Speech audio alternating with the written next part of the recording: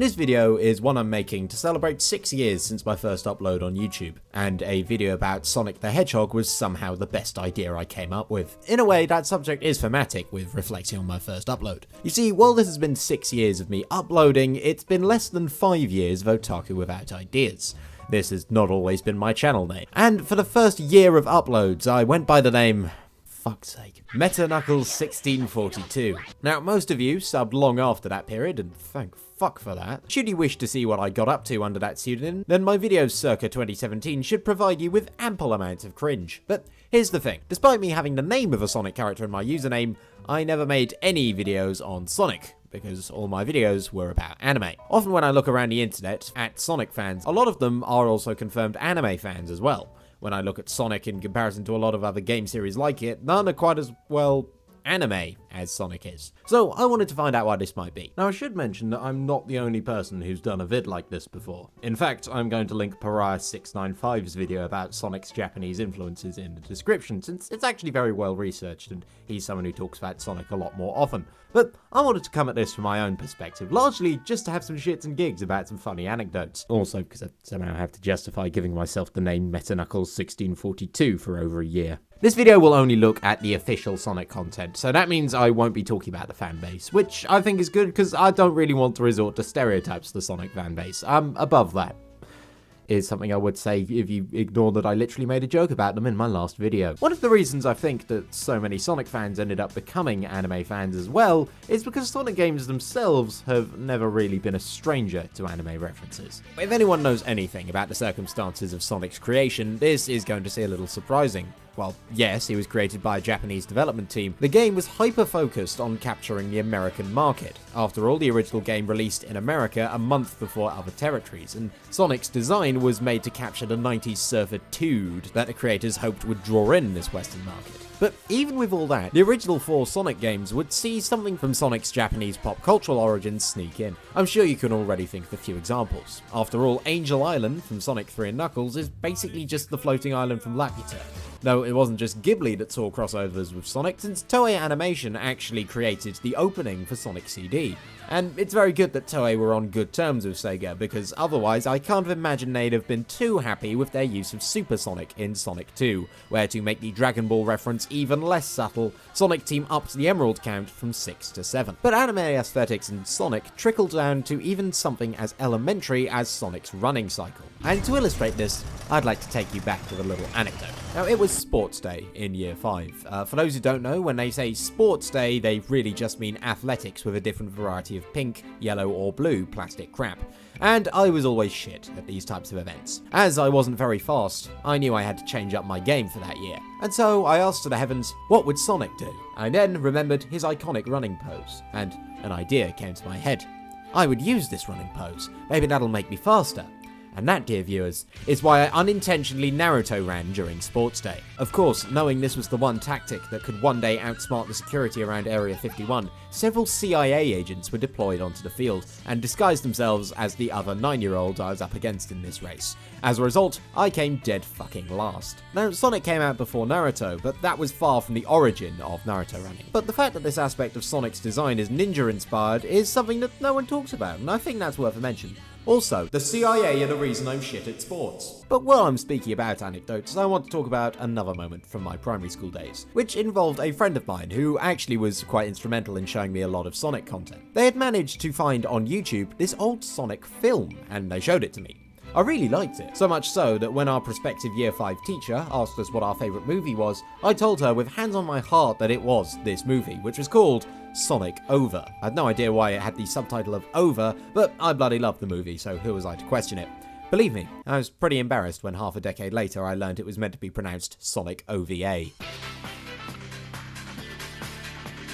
Why am I talking about this? Well, firstly, it's because, yes, this is where that music I use in every video comes from, and if the composer of this anime chooses to content ID my videos, then my channel will somehow become even deader than it already is. Secondly, I'm mentioning this because it was the first anime I ever watched. Like, Sonic's aim is to rescue a cat girl, and there's scenes like this for feck's sake. How does that not scream anime to you? And the third reason I bring this up is even at the age of 8, this friend and I knew that this was the best kind of cringe. The cringe that immediately becomes Kino. At random points in year 5, we would just be walking along before turning to each other and going, "Shut up, Tails!" Or of course the classic, "You might know everything I'm going to do, but that's not going to help you since I know everything you're going to do. Strange, isn't it?" Why, yes, we were social outcasts. How could you tell? But that was the Sonic of the 1990s. And they could have just left it there regarding the levels of anime this series went to. But from the Dreamcast era onwards, Sonic team decided, let's go full anime with the characters. And this took a lot of forms, not just Shadow the Hedgehog. Don't get me wrong, Shadow the Hedgehog is a walking Akira reference, and that's even before they got on a motorbike. But there were other examples of anime-esque characters being introduced into the fold as well.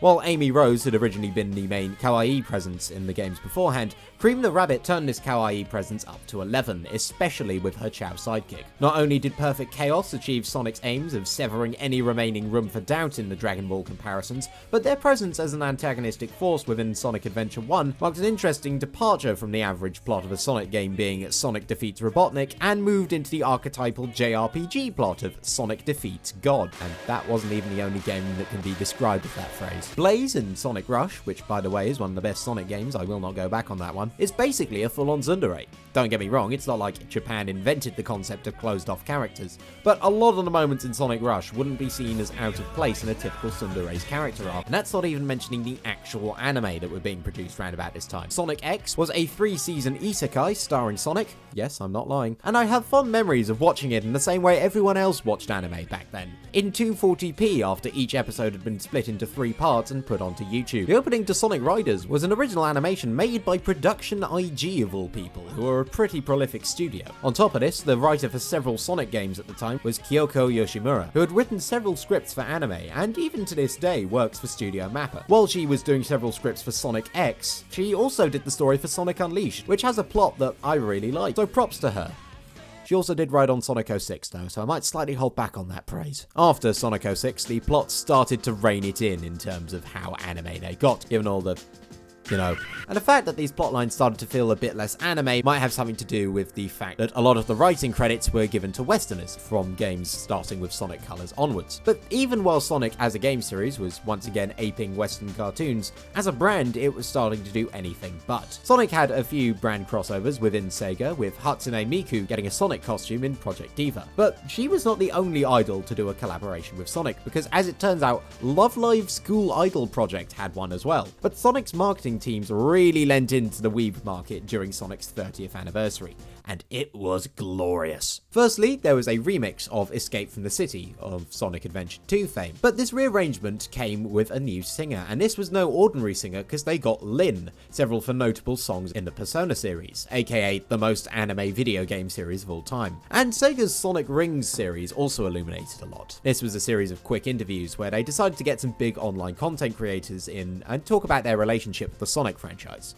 Now, this was a series they had created for the English market, so it's unsurprising they got some big Western creators like Gerard the Completionists and Dan TDM. But what was interesting is that they included some non-English figures in their lineup, and all these non-English figures were Japanese. The first was Junichi Kanemaru, who is the Japanese voice of Sonic, so it makes sense. But there was another seiyuu in that series, that being Aoi Yuki. She is the Japanese voice of Dix the Raccoon, but a lot of her fame comes from outside the Sonic franchise, namely her plethora of anime roles, from Tsuyu from My Hero Academia to Madoka from, well, take a guess, to Lucy from Cyberpunk Edgerunners. And the third Japanese person they had on the Sonic Ring series was Inugami fucking Korone. In fact, Korone became an ambassador for Sonic on her streams, and it has been an utter blast to watch, especially because it meant she also got a nice new outfit. But this renewed push in marketing was mainly for the benefit of the next big game, Sonic Frontiers. Now, I wasn't all that impressed by some of the gameplay reveals, but after hearing positive things about it post-launch, I got it for the Switch and proceeded to fucking love it. Don't get me wrong, my god there are problems with this game, but it felt like a pleasant surprise, and it's one that got more surprising as time went on. A lot of the plot and atmosphere reminded me heavily of Shadow of the Colossus, which is never a bad thing.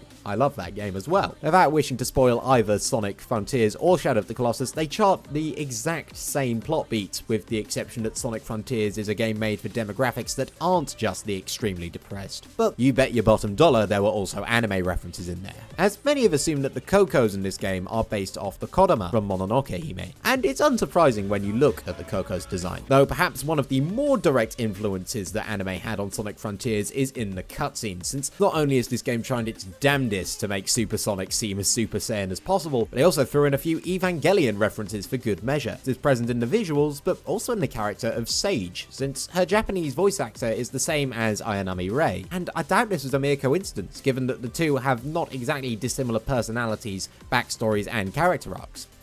Okay, I've held back on this long enough, so here's the bit where I talk about spoilers you may want to skip to here. Okay? Good. So there was a moment that I had a brief epiphany while playing through the final boss of Sonic Frontiers. Not only was I realizing that I loved it, despite the gameplay of that fight being utter shit, but it was when everything started to click together in my head. So, we've got a boatload of Evangelion references. We also have a backstory involving aliens who made mechs to fight other aliens. And while we're at it, the finale is an incredibly rushed fight against the real twist enemy in space. This is when I realized that Sonic Frontiers' story isn't Shadow of the Colossus.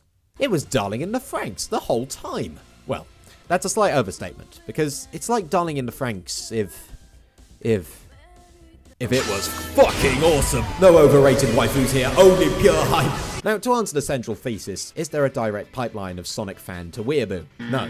Indeed, despite all the mentions of me watching different Sonic anime, none of them directly led to me watching other anime, as it wouldn't be for at least another 4 years after I watched Sonic X that I would eventually get into watching anime properly through Attack on Titan. So what I've noticed isn't really a direct transfer, more an interesting overlap. The Sonic series has certainly had loads of elements inspired by anime, and it wears those influences proudly on its sleeve, which is surprising for a franchise that was initially conceived for a Western audience.